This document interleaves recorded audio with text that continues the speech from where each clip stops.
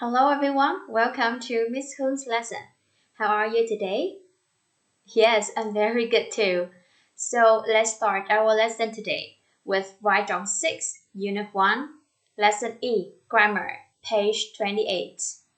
Before we start, make sure that you have with you Write on 6 student's book, Write on 6 workbook, your notebook, your pen and pencil with you. Now, are you ready? Let's go.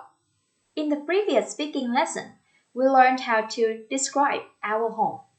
So today, let's find out what grammar point we are going to learn. First of all, let's look at this picture. What are the colorful things in the bookcase? Yes, you're correct. They are books. So I will say there are some books in the bookcase. Now, let's look at this table. We can also see one book too, right? So I will say there is a book on the table too. So when should we use some and when should we use a? Let's check it out. Rồi bây giờ chúng ta sẽ cùng tìm hiểu khi nào mình dùng some và khi nào chúng ta dùng a các bạn nhé. So we use a and an with singular countable nouns in affirmative, negative and interrogative sentences. Chúng ta sẽ sử dụng mạo từ a và an đối với những danh từ đếm được số ít ở trong câu khẳng định, phủ định và nghi vấn các bạn nhé. For example, there is a book. There isn't a poster. But pay attention. We use a before nouns that begin with a consonant. For example, a book or a poster.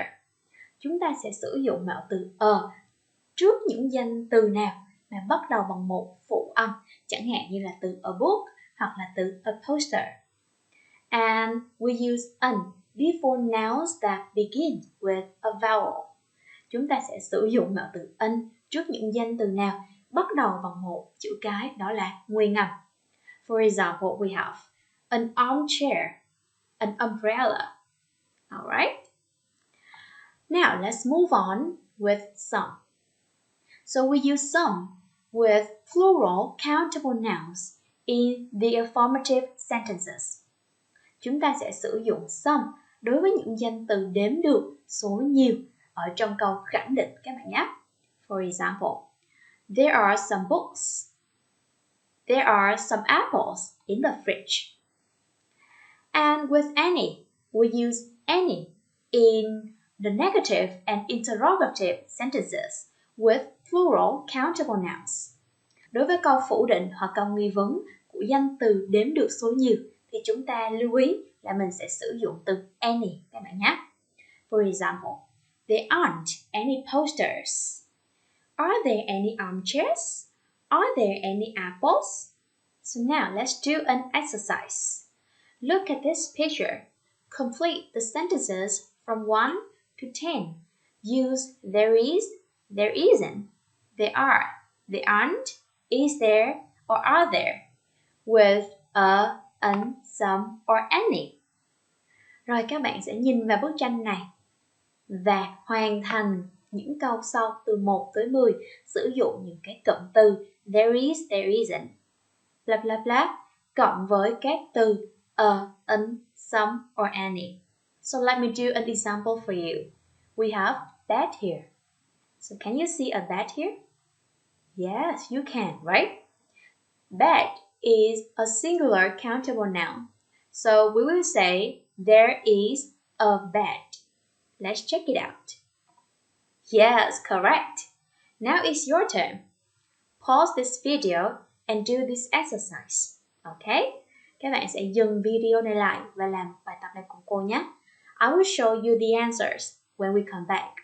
Let's go. So, are you ready? You finished? Yes, right? Now let's check it out. Windows. Can you see any windows here? No, you can't, right? So we will say there aren't any windows. Let's check it out. Yes? Okay. Wardrobe. No wardrobe here. And wardrobe is a singular countable noun. So we say, there isn't a wardrobe. That's right. Pillows. This is a question. Pillows is a plural countable noun. So we will say, are there any pillows on the bed? Yes, that's right. Armchair. Can you see any armchair here? No. So there isn't a, yes, this is an, not a. Okay, so pay attention to this one. Now, number 6. So books in the bookcase. Can you see some books? Yes, you can see it, right? So we will say, there are some books in the bookcase. Now, couples is a plural countable noun. But can you see any couples here? No. So we will say, there aren't any couples. Very good. Alright, lamp. Yes, there is one lamp here. So it is, there is a lamp here. Now, tables. Can you see any tables? No. Okay. Rồi các bạn lưu ý ha. Cái tables là những cái bàn thường để dùng để ăn uống. Okay. Thì mình không có table ở đây. Được chưa nào? So we will say, there aren't any tables. Rồi, what about desk? Còn desk thì sao nhỉ? Okay. Desk ở đây là những cái bàn dùng để làm việc, dùng để học tập. Thì mình thấy có một cái bàn làm việc ở đây. So we will say, there is a desk. No, it's not. Okay, this is a question. Đây là một câu hỏi, đúng chưa nào? Thế thì mình phải dùng là yes, is there a desk? Correct. So that's it for exercise number 1. You have done a really good job in this exercise already. Congratulations! Now, let's move on in the next grammar points. So before we start, let's look at this picture. Can you see a bike here? Các bạn có thấy một chiếc xe đạp ở đây không nhỉ? Yes. So is it your bike? No, it isn't. This is the girl's bike. Đây là chiếc xe đạp của bé gái này. So girls here is a possessive case. So we use a possessive case to show that something belongs to something or someone. Okay? Rồi chúng ta sẽ sử dụng sở hữu cấp để chỉ ra rằng có một cái gì đó nó thuộc về một cái gì đó hoặc là một ai đó. For example, girl's bike means that the bike belongs to the girl. Chẳng hạn như mình có girl's bike thì nghĩa là bike, cái xe đạp này nó sẽ thuộc về the girl, nghĩa là cô gái này. Now, another example. Guitar, boy. The guitar belongs to the boy, so we say the boy's guitar. Okay, so remember that if we have a singular countable noun, we will add an apostrophe plus the letter S after the noun. For example, the boy's guitar, the girl's bike. Alright, so if we have a plural countable nouns, for example, the boys, we only add the apostrophe after the nouns. For example, the boy's bicycle. So finally, if we have an irregular plural nouns, for example, the children, the women, the men, we will add an apostrophe plus S after the noun. For example, the children's room, the women's hat. Okay? Now let's do this exercise together. You will use the word in the brackets to complete the gaps as in example. Okay? Rồi, bây giờ các bạn sẽ cùng làm bài tập này với cô nhé. Chúng ta sẽ sử dụng những cái từ ở trong ngoặc này để hoàn thành những chỗ trống như là cái ví dụ cho sẵn đây. Alright, so now let's look at this one. Girls' room. So room belongs to the girls. We only add the apostrophe after the girls. So we have girls' room. Yes, correct. Okay, now it's your turn. Pause this video again and do this exercise. Rồi, bây giờ các bạn sẽ cùng làm nhé. Các bạn hãy dừng video này lại và làm bài tập này. I will show you the answers when we come back. Let's go. Now, have you finished? Yes, right. So let's check it out. Here, that is the blah blah blah main office. Office belong to the main. Remember, main is an irregular plural noun.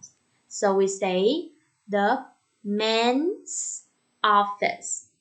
Correct. We add apostrophe s after men. Let's check it out. Perfect.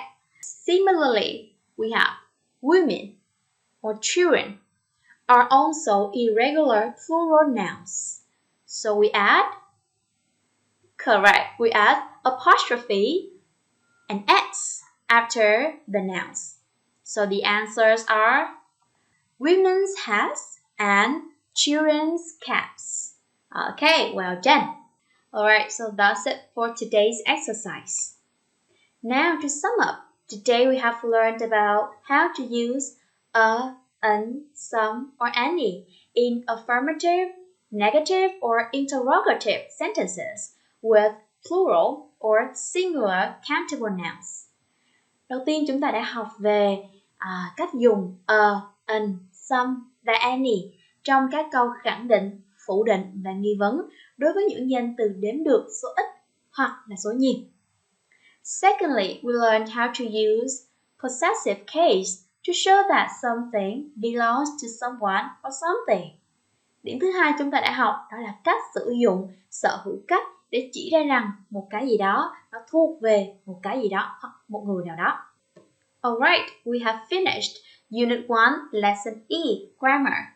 For homework and more practice, remember to review all the language points that we have learned in the lesson today.